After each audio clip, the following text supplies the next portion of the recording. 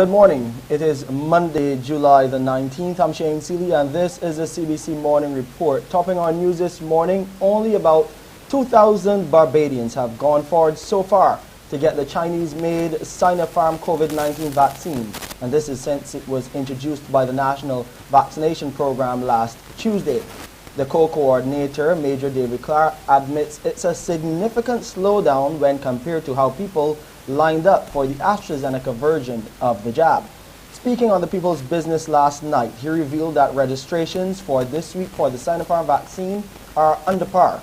And he also says there were open days to get the vaccine this weekend, and that format will continue into this week.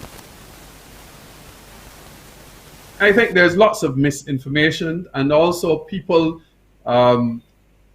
Barbadians, I guess, are a little fussy about the type of vaccines they take. I get calls every day asking me when we're going to get Moderna, when we're going to get Pfizer. All I can say is what we have. As you mentioned, the Prime Minister said it's like the wild, wild west. Sourcing vaccines is a difficult process, so we definitely have to use what we have. Also speaking on the program was Dr. Elizabeth Ferdinand, the other co-coordinator of the National Vaccination Program for COVID-19. She explained the difference between the Sinopharm and the AstraZeneca vaccines. In this particular case, the germ itself is killed, or what we call inactivated, and then mixed with an adjuvant, and that makes the vaccine. Unlike the AstraZeneca, which we call a viral vector vaccine, where the germ is passed through a vector, and the vector produces like an antibody, and we use that then to inject into people to give the immunogenic response. The Moderna and the Pfizer are what we call mRNA viruses, vaccines, where the RNA of the virus is then modified a bit, and a piece of that is used as the vaccine. And Barbadians still appear apprehensive about taking the Sinopharm vaccine, or any vaccine for that matter. I'm not getting vaccinated because of certain allergic reactions that runs in my family, and plus two is a scare for me because I don't know if I get the vaccine how my body will react towards it, and that's the whole purpose I'm not getting the vaccine. No, I am not vaccinated. Reason why, I think it's too early to take the vaccine. I think that you need more studies and research done in relation to the vaccines. I am not vaccinated. In the beginning, I had my reservations. I have seen that there doesn't seem to be any significant outcome in a bad way into being vaccinated. I have not rushed to get vaccinated because I am aware that there are people who it is more essential to get done at the moment. My circle is very small. I stay home, I work from home, I follow the rules. My interaction in general public is quite small at the moment. If I am required to be vaccinated, I have no issue with it. Personally, I won't get the vaccine because it's not preventing you from getting COVID, but you have to get it to travel, and I do want to travel, so maybe I will get it, but for right now it's a no. In other news this morning, we hear the Chief Medical Officer, Dr. Kenneth George, has been reacting to the UK's decision to lift all COVID-19 restrictions there. That's in the UK, and Dr. George has called it a huge leap for the United Kingdom, but he says Barbados will not move in that direction anytime soon. We have to be ever so cautious because there have been several increased waves with respect to the United Kingdom and the United States, and we continue to monitor the situation. We firmly believe that the mask mandate should continue in Barbados. Don't believe that should ever be removed, at least not at this point in time. And we believe that the opening up has to be based on your current situation and not done just across the board. So while England is doing this, they may see consequences those types of decisions.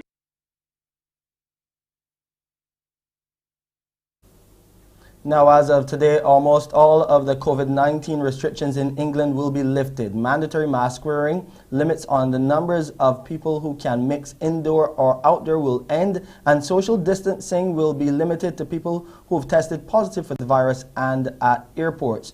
Venues like nightclubs and sports stadiums will be free to open at full capacity, so we will continue to monitor what is happening there in the UK. We'll take a break here and look at the COVID-19 numbers in our COVID-19 updates. COVID-19 numbers, the new cases on the decline, but as you look at the numbers in terms of the isolation and those going into isolation, those are on the rise. We'll get into the details next.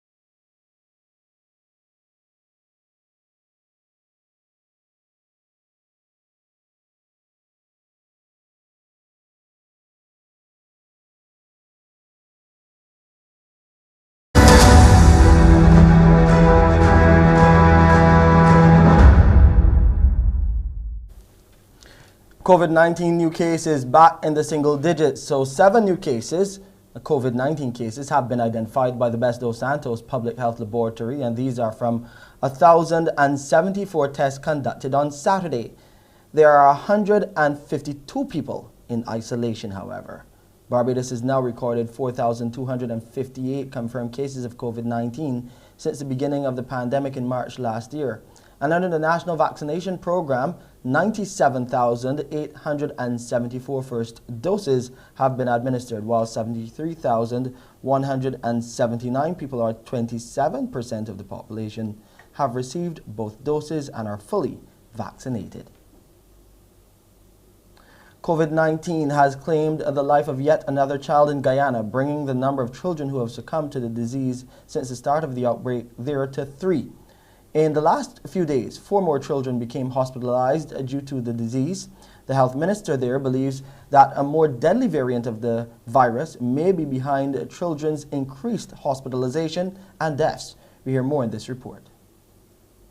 That 16-year-old boy, who was reported by this newscast on Thursday to be receiving treatment in the COVID-19 intensive care unit at the Ocean View Hospital, has died. The unfortunate news was delivered by Minister of Health Dr. Frank Anthony during his COVID-19 briefing on Friday. That patient had comorbidity.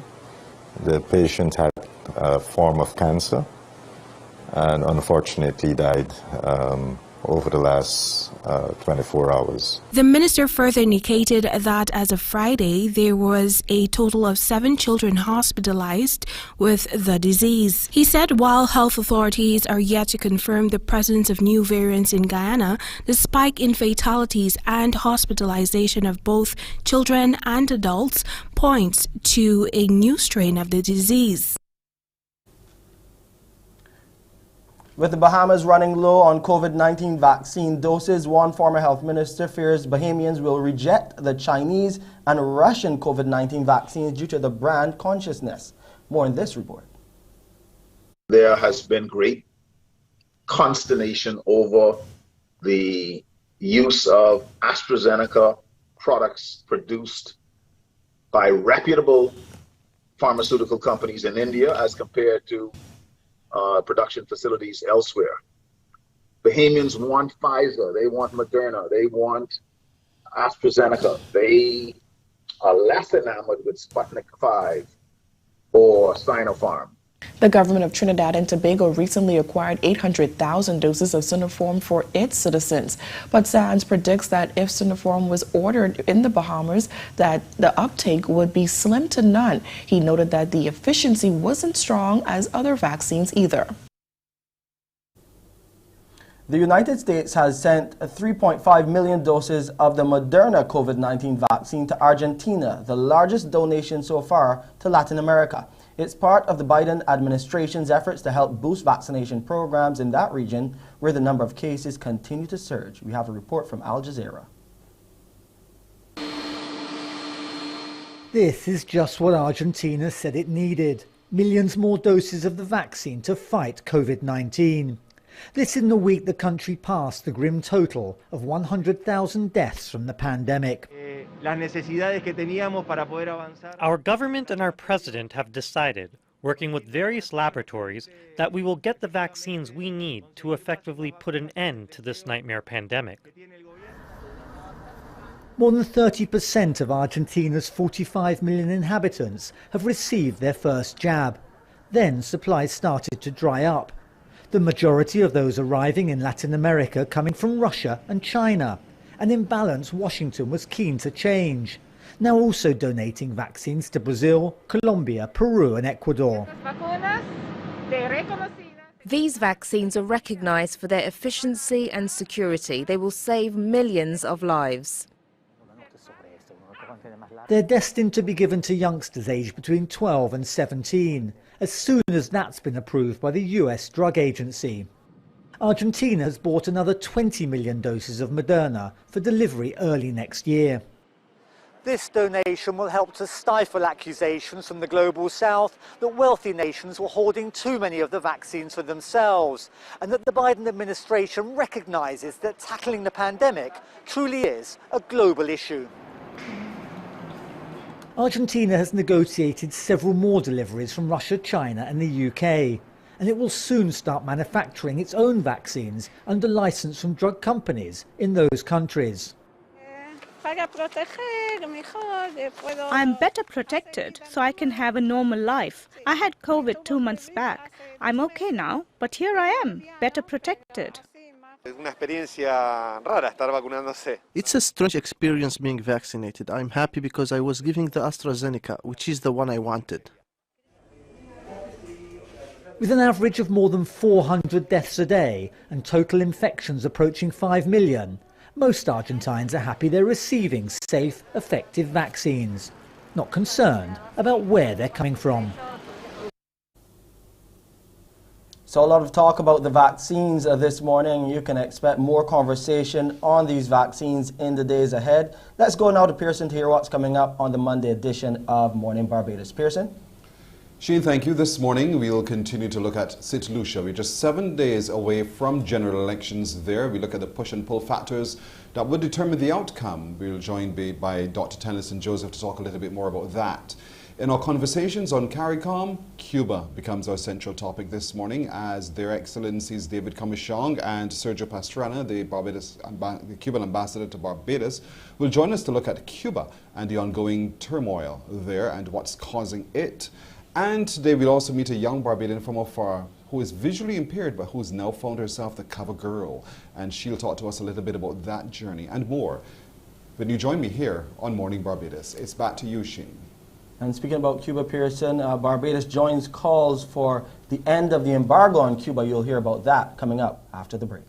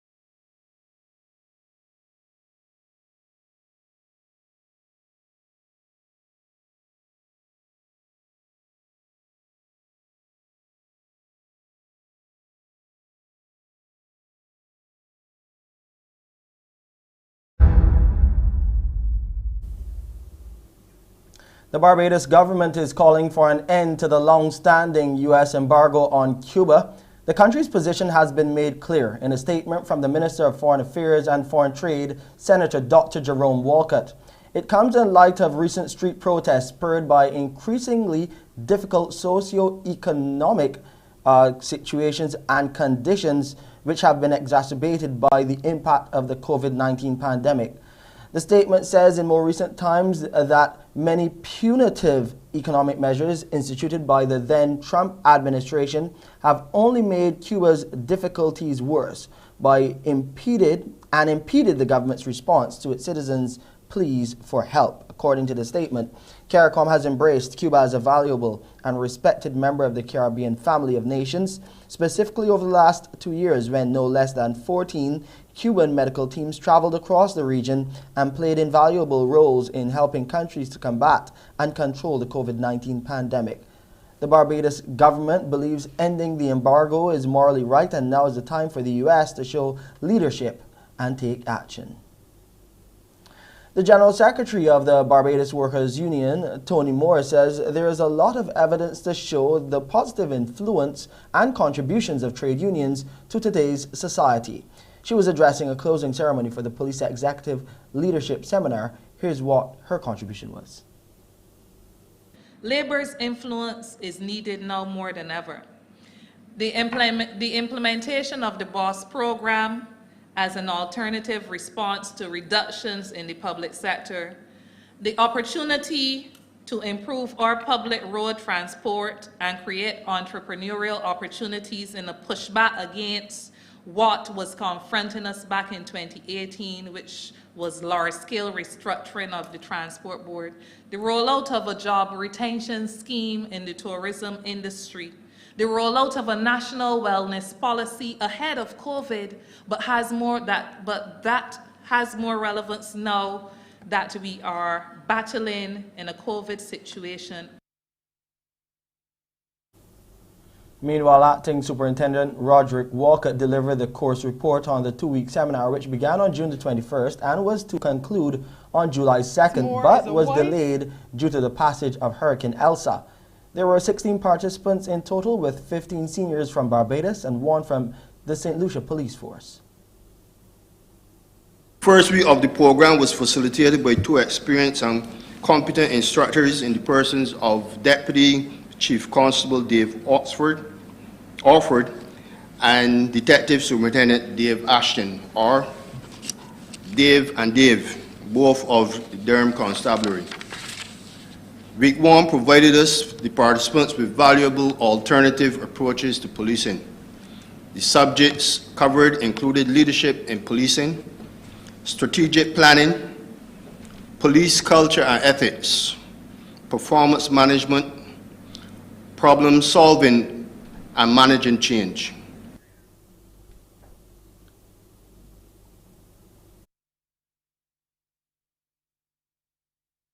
Enrollment at the Barbados Vocational Training Board. This was revealed by Director Henderson Thompson at the board's class of 2029 to 2020's virtual graduation ceremony over the weekend.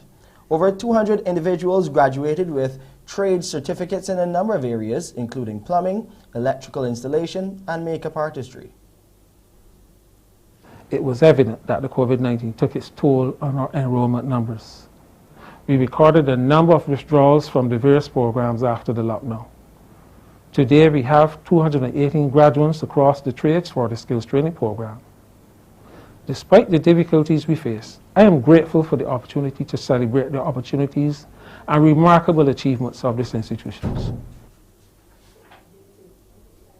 And in his address, Parliamentary Secretary in the Education Ministry, Senator Dr. Rommel Springer, said the pandemic has forced educational institutions to reevaluate practices and build resilience.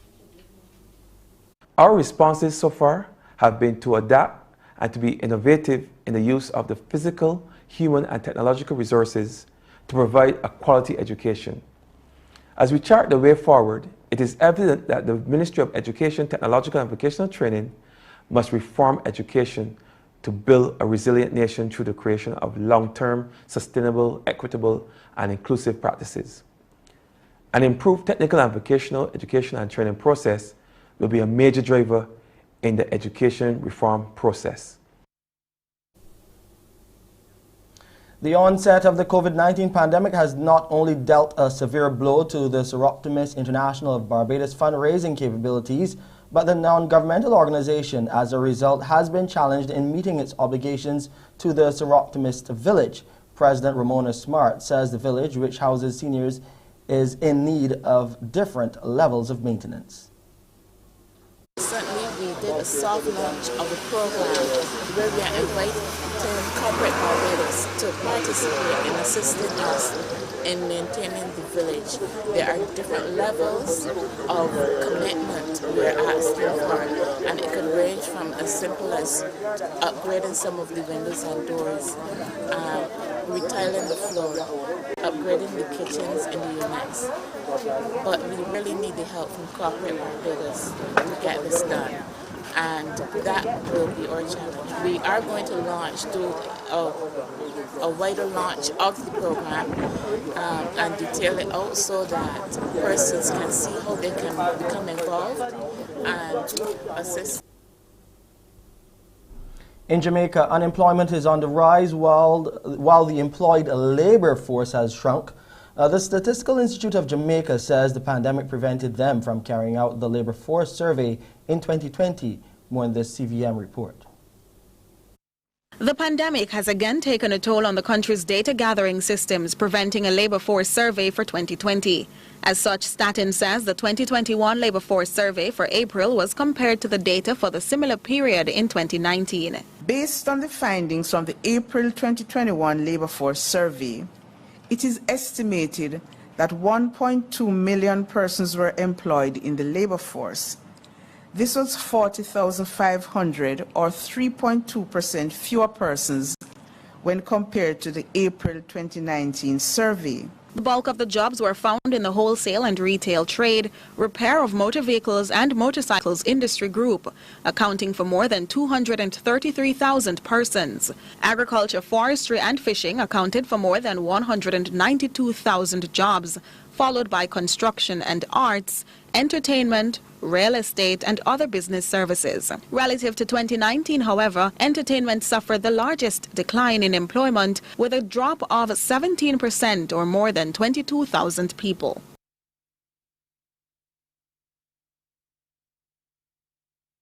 In sports, West Indies women ended their five-match ODI series against Pakistan on a losing note despite winning the series 3-2.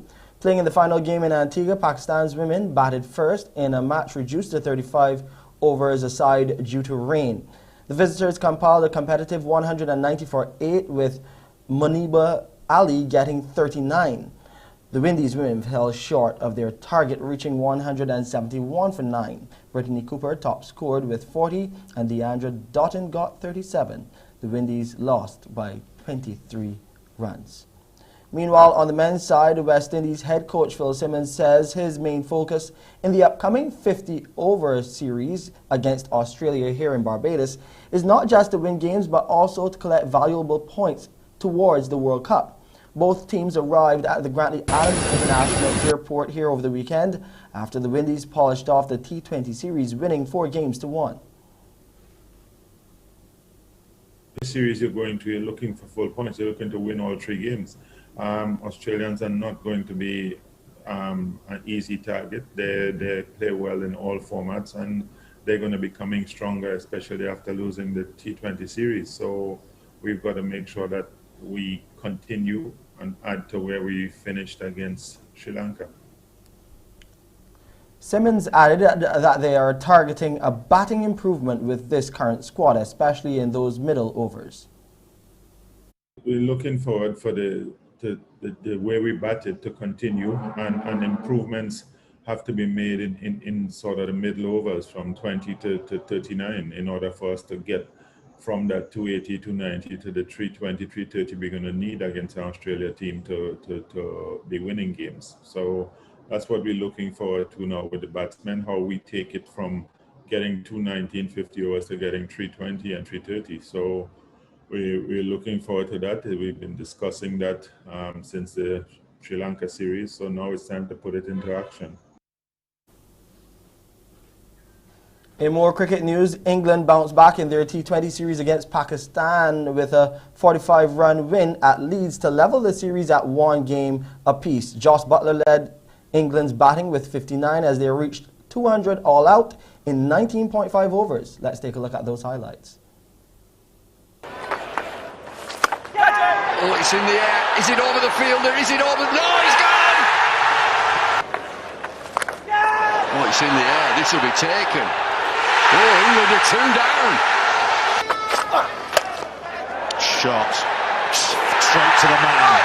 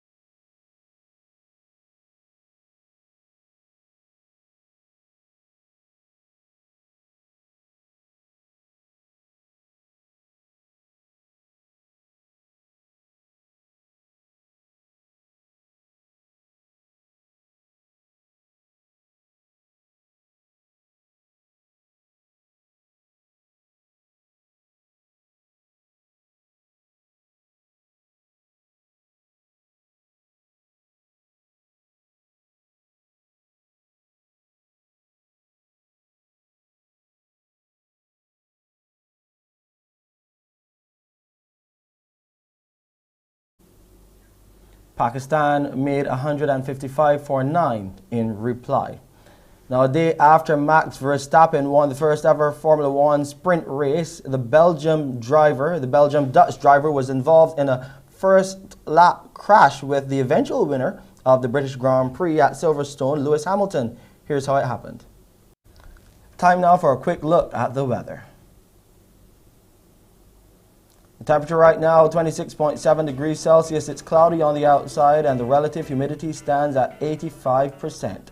Barometric pressure this morning stands at 1014 millibars and those winds are coming out of the east at close to 40 kilometers per hour. You'll get a high tide just after midday today. The low will come our way around 12 minutes after 5 later in the afternoon. Those seas are moderate in open water. Swells are right now peaking around the 2-meter mark, but you can expect them to increase. Today we'll get a mix of sunshine and clouds here in Barbados with a few brief isolated light showers.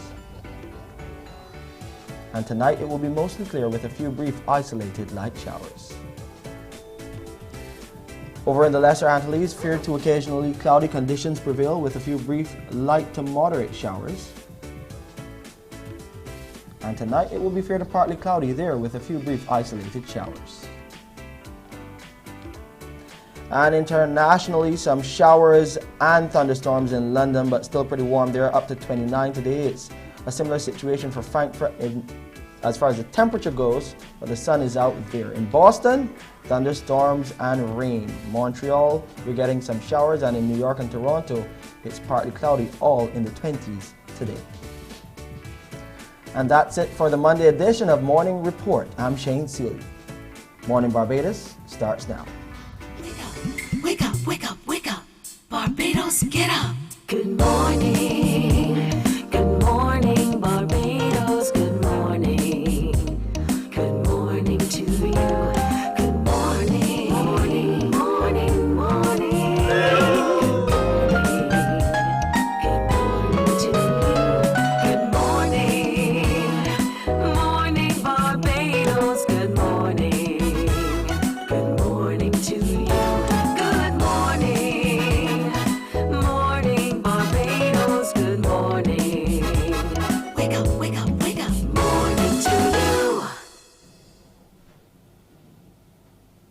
Good morning, everyone. It is Monday, the 19th of July, 2021. Welcome to Morning Barbados. Welcome to a brand new week. To those of you watching us on our YouTube channel at Caribbean Broadcasting Corporation, as always, grateful for your company. And on our YouTube or Facebook streams at CBC Barbados and Morning Barbados, welcome to you as well. Grateful too for your company. Now, as we would have just heard in the news, Cricket is going to be played in Barbados, and live coverage will be heard on 94.7, the best 24/7. That's for the West Indies versus Australia ODIs and T20s here in the Caribbean. And just afterwards will be the tour by Pakistan, all heard live on 94.7, the best 24/7. Coming up this morning as well, World Hope International will be conducting a series of workshops in Barbados. What's that about? We'll tell you. And also today, us being just a week away from our Day of National Significance, there's going to be a Freedom Festival here going on a little later on in the show too this morning. But being a week away from general elections in St. Lucia takes us pause. And so we want today to be able to continue to analyze the push and pull factors there. What's been going on? What about the leadership question? We're joined this morning by Dr. Tennyson Joseph, who is a senior lecturer in political science at the University of the West Indies, to continue or delve into the goings on there in St. Lucia. And so to him this morning we say good morning. Good morning to you, Dr. Joseph. Hi, good morning, Preston, and good morning. Good. Thank you again for joining us as we continue our look into St. Lucia. A week away from elections, and naturally right now on the minds of St. Lucian would be who is the best person to lead the country into the next 5 years. And so there are three political parties, I understand, who will be contesting this general election. Am I right? But the third one is the usual small new party, which perhaps we shouldn't, doesn't really merit much discussion because it's not going to have an impact on the election. So really it comes down to two central figures when Yes. it comes to the leadership And, battle. So let's talk about yes. what they both offer. Right, so the leadership question is, of course, I think the main issue in the election. And I would say, if we were to start with the incumbent Prime Minister Alan Shastney, I think what one would be thinking about would be, of course, he was successful in winning the last election. So that in itself is a plus. In other words, he's had 5 years as a Prime Minister. Of course, he's going to the election with that on his back, as well as the advantage of having sat in the office. Just the very fact of sitting in the office is proof that you can, in fact, be a Prime Minister. You are a Prime Minister. When he came in, I think it is best to talk about when he came in 5 years ago, because these 5 years were an aberration in relation to the economy and COVID and so forth. But when he came in 5 years ago are the same things that he'll be campaigning on this election. Essentially that he had been somebody from the private sector with a background in business, and he had promised to use that as the fulcrum via which he could push for solution development. That was principally the argument in the last election. So I think these are the factors that would account for, that would probably be in his corner going into the election. On the other side, Philip J. Pierre would be fighting an election. That is the political leader of the St. Lucia Labour Party. We will be fighting an election on the question of the performance of the administration, and of course for change, which I think are kind of very loud in the election. But in terms of his own strengths, he would have been a member of Parliament, I think, of the three longest serving members of the Parliament, when you include Stephenson King, former Prime Minister of the United Workers' Party, Stephenson King, and former Prime Minister Kenny Anthony. And Philip J. Pierre had been in the Parliament long before as a senator as well. So since 1997, he's been in office. And of course, he's coming in with the background of having served as 3 terms as a Minister of Government, and he too has a very strong sector, a very strong background, in private sector type of consultancy in terms of business administration and accounting. So, and then of course he has, like Alan Shastney, they both have the backing of political parties that are very well entrenched. So I would say almost anybody running an election in St. Lucia from the two middle parties is going into election with 40%. Let's just say, roughly speaking, 40% of the national vote on either side, and the rest is contested in between there. So these are the strengths, I think, of the two going into the election. Now, there are other factors at play here as well, because here it is now, St. Lucia is also faced with a pandemic, it's faced with rising unemployment, it's faced with the same factors that we here ourselves in the island and most islands also face. And so the political move would be to be able to assure St. Lucians that you can be the solution to some of those concerns. Yet, just the other day, we're hearing that the SLP, led by Philip J. Pierre, has chosen not to contest in a couple constituencies in Central Castries. How smart a move is that? Yes. Okay, let me discuss the COVID-19 and the economy first, and I will also answer the second question, because they're actually not related at all. The COVID-19 question obviously would be weighing on the back of the incumbent Prime Minister, Alan Shastney, because I think St. Lucia's figures in terms of the COVID infections and deaths is far higher than the other OECD countries. I think the infection 3 times the OECD countries combined, and also the vaccination. St. Lucia has the lowest percentage of vaccination, and so the COVID-19 works very much against Prime Minister Alan Shastney, as well as the economy. I did preface my discussions by talking about his business background and his private sector background. So he basically fought his first election on the economy. That was what he was coming into the election with. And of course, being from the private sector, he had a very strong, what I like to call a neoliberal orientation, like pushing for private sector type of development, special concessions to businesses and tourism. And he had a tourism family, a tourism interest family. And so one of the biggest hit areas of this has been the tourism industry by COVID. So in other words, the kind of tools he was hoping to use as Prime Minister would have not worked. He was batting he was coming in on the wrong wicket and batting at the wrong time. So he has that as a very strong, a very negative against. Now, you raised a very interesting question about the decision by the SLP not to contest the 2 seats. These are very tactical, and I would say, I would tell you what I think are the strengths and the weaknesses or the risks in that move. Obviously, the 2 seats are UWP seats. In other words, the 2 seats are traditionally voting for the incumbent party that Alan Shastney is leading. But in both these seats, you have some very defections. So in the case of the first one is obviously Stevenson King, Pastor is not. A former Prime Minister publicly declared himself not willing to run for the United Workers' Party under Alan Shastney. So that the SLP tactically have decided to leave him, give Stevenson King a free hand. So it will be a straight fight between Stevenson King, a former Prime Minister, running against the incumbent United Workers' Party, but of course with the SLP's voters being signaled to vote for Stevenson King. And the same thing is happening in Central Castile, which is also a very historically pro-United Workers' Party constituency. So it's a very very crafty tactical move, and it is I would say, and it is also causing much disquiet within the United Workers' Party, because much of the election discourse is around Stevenson King and what he did and why, as opposed to attacking the SLP. The risk in that, I would say, person, is of course by foregoing 2 seats, you run the risk of leaving the balance of power in the hands of 2 persons who do not belong to your party. So that, I think, is a risk. But I think based on the SLP's analysis, they are not expecting to rely on those 2 seats to form the government. So that's all I can say on the matter. But it is in fact, I would say, a very shrewd move on one. It has the risk in terms of the post-election maneuverings for formation. But it is a development which is currently, as it stands, has put the United Workers' Party on the back foot. If the 2 defectors should win their constituencies, it obviously now puts Philip J. Pierre into the position of seeking some kind of coalition. But he's already come out to say he's not going to do that.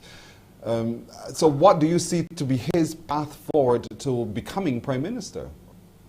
Well, he might say that before the event happens. But as I said earlier, I think what he has said is that they have not been invited to join the Labour Party, and he has also they have not applied to join the Labour Party. But that may very well. But what happens after the election is an entirely different matter. His path to the Prime Ministership is that he wins the election on the strength of his own party, without the 2, but expecting afterward that the 2 would give critical support to him. He's calculating that he would need the 2 to form the government. I think he's expecting to win the election in his own right. Currently, he has six seats in the parliament, and he needs 3. I can say to you and the listeners that it is unlikely that he's going to lose any of the 6. There's nothing to suggest that any of the current 6 opposition XLP parliamentarians will lose their seats. So he can only win 3. He can't lose. He can't lose below the 6. So the question is, will he win the 3 and more, and plus the 2 that the 2 let's call them independents would form the balance of support after. So what happens after the election would depend a lot on what happens to the 2 in relation to how they respond to the United Workers' Party if the United Workers' Party loses the government. Which are those 3 that he's potentially to take up, if he should take those out? Okay, so now you're putting me on the spot, person, in terms of making predictions, which I hate to do because, of course, you know what happens afterwards. Yes. But I would say that among the 3 would be Soufrière, where Soufrière Forcejac, maybe your listeners can write it down to hold it against me afterwards. Denry South, Soufrière Forcejac, Denry South, and Slave Canaries. These are the 3 most likely to swing, and of course there are other possibilities in at least I would say one other seat, most possibly Grozile. But the 2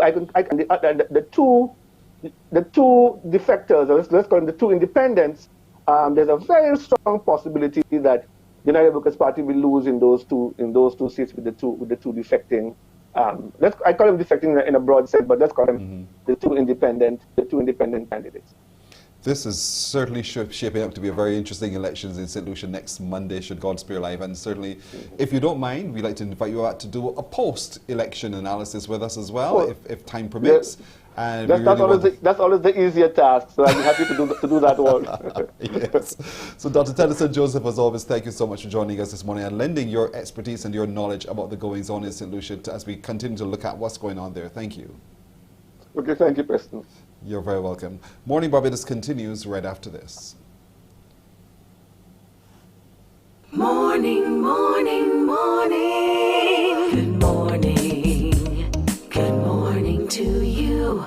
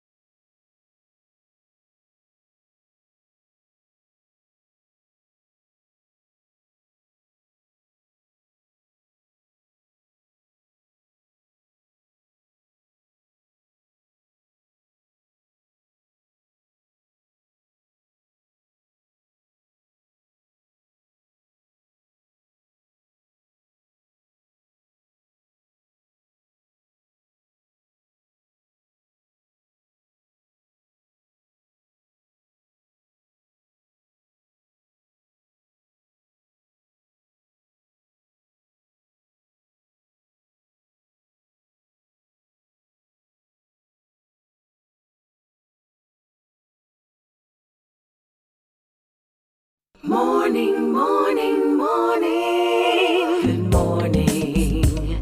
Good morning to you. 14 minutes now to go to the hour of 7 o'clock as we begin this morning our conversations on CARICOM. And we're joined by their excellencies, Barbados Ambassador to CARICOM, David Commissiong, and Cuba's Ambassador to Barbados in Sergio Pastrana. Good morning to you, gentlemen. Good morning, Pearson. Pleasure to be here. And we want today to look at Cuba. What a Caribbean in which we live at this time. Let's start with you, Pastrana, Ambassador Pastrana. We know of the turmoil, I'll use that word gently for now, in Cuba at the moment. What are the factors that are causing the people to take to the street in protest? Well, the first thing I would like to say is thank you for inviting me to share with Barbados some impressions about what is happening. And I think that the thing to say is that the first that should come to your mind is why now, after 60 years of embargo, in which we have had all kinds of attacks, and in looking at that, there are a number of issues that come to justify what has happened. First of all, we have embargo for so long, but after the thaw that came with Obama, the entrance of meant to a result that had been done to grew a relationship more natural between both countries, and he imposed 243 measures against Cuba, enforcing and reinforcing that embargo to extreme limits, including the fact that during the pandemic, 50 of these measures brought enormous hardships to the Cuban economy, besides having the fact that we had the pandemic and the crisis that came out of the lack of tourism, our main staple for the economy. Same thing as in all of the Caribbean.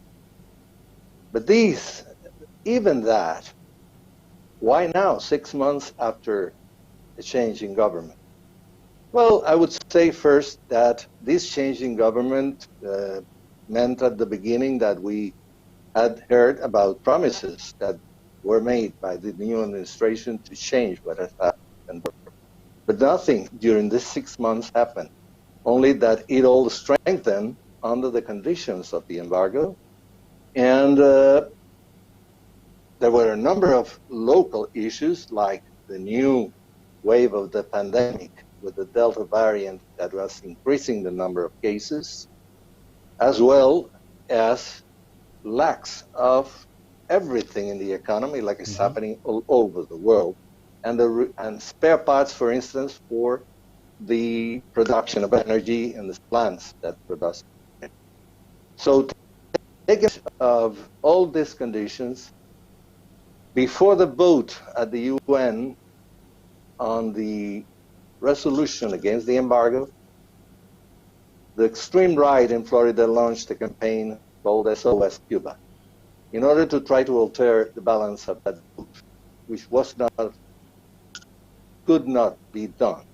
184 countries of the United Nations, like year after year for 29 years have done, supported this resolution against the embargo, only against 2 positive votes trying to oppose the embargo continuously, which were the United States and Israel.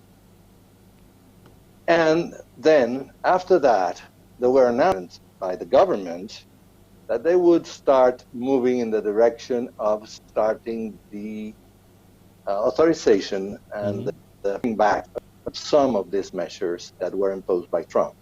And that's the reason of why now. And then an attack with bots by strong servers from outside Cuba started stoking the population, and this brought this turmoil, as you call, that happened very interestingly so in parts of the country at the same time, because it was stoked from abroad. And these guys started asking for electricity, for instance, because there was lack of electricity. But of course, most of the electricity was granted all the time to the cases increasingly new of COVID in hospitals and wards, amounting to 7% of them in those wards. Right. So while we were dedicating our efforts to cure people, save people, we were extremely attacked by these people that were stoking this discontent because we have no electricity here, there are difficulties, etc. The pandemic is getting harder to fight. So all of that provoked the turmoil. And so it was taken advantage by some violent people. That yeah. is the clue to what is being amplified by the world. And that's because these larger territories are asking for some kind of political change. And so, Ambassador Commission, I know from our end in the Caribbean, we've seen many responses by CARICOM leaders to what's been going on with our brothers and sisters in Cuba, speaking out. And so the fight continues on their behalf.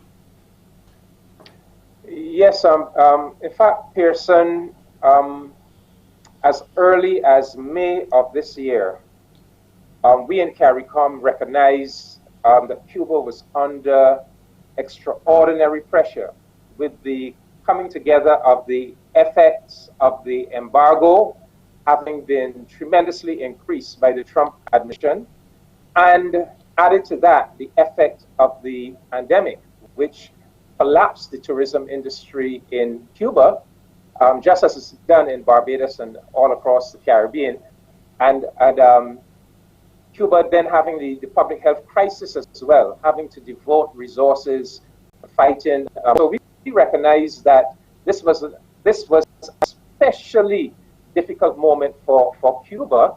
And so at the CARICOM meeting of Ministers of Foreign Affairs in May of this year, Barbados actually placed on the agenda an item saying that this was the time for CARICOM to enhance its activism around persuading the United States to terminate the embargo.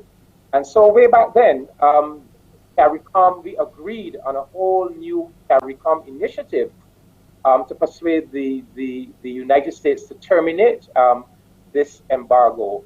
And part of that initiative was the vote at the UN. We were among the 184 countries that voted to end the embargo against the two that voted to keep it, United States and Israel. You would notice that our foreign minister, Minister Jerome Walcott, issued a statement over the weekend, a very strong statement for the end of the embargo.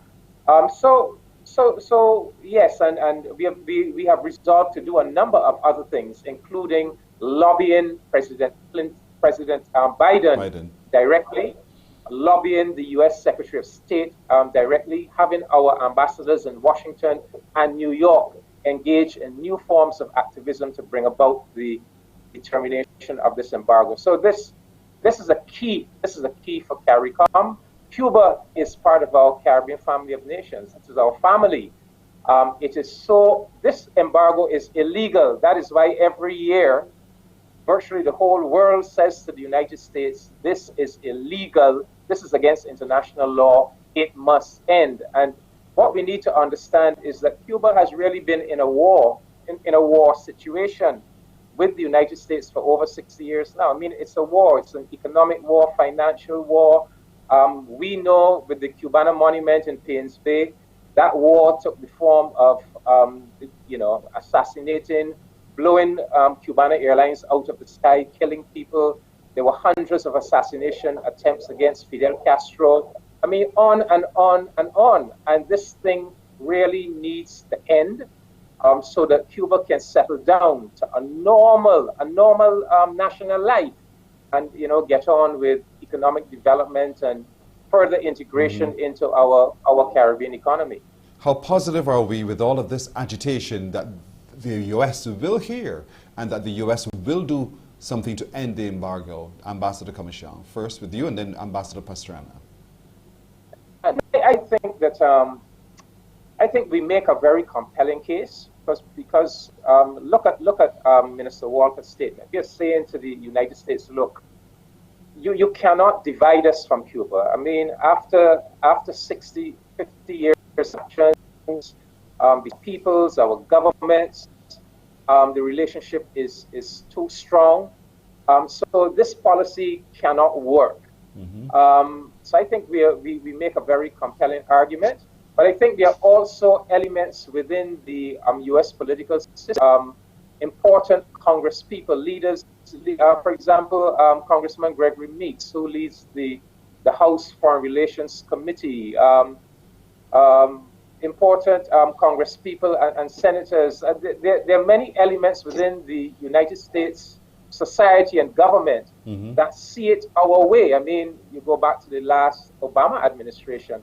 they saw it in those terms. Right. What is really keeping it from happening is that very right-wing, anti-Cuban revolution, Cuban population in Florida and Texas. And because these are important states within domestic United States politics, yes, that is the main stumbling block that we really have to get over. Yeah. But we have to have the confidence that if CARICOM works with progressive, forward-thinking people in the U.S.